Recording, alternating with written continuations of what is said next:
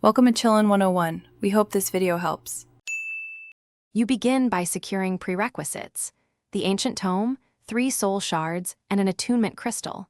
Move to the sanctum nexus and stand on the 120 degrees glyph to initiate the rite. This orientation matters because the book draws directional ley lines. Once in position, equip arcane gloves to stabilize your mind and prevent corruption. Start the first invocation immediately. Read the opening passage aloud and trace the symbols with the crystal, so the tome binds to you instead of the environment. Once the tome is bound, you must perform the mid-rite with deliberate pacing. Channel mana in measured pulses, half-second holds and 1-second releases, repeating 12 cycles to sync the tome's cadence to your aura. Then use 1 soul shard per chapter, placing shards in the designated inlays to anchor each memory node. This prevents fragmented knowledge.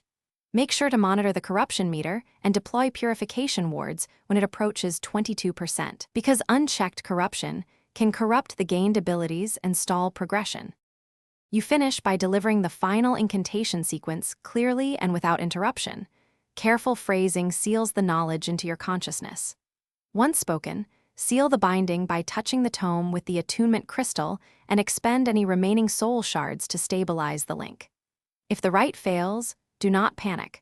Reset the glyph orientation to 120 degrees, reapply purification wards, and wait for residual mana to dissipate, usually under 5 minutes.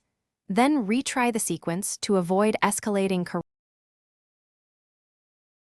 Thanks for watching. Consider subscribing if we helped you.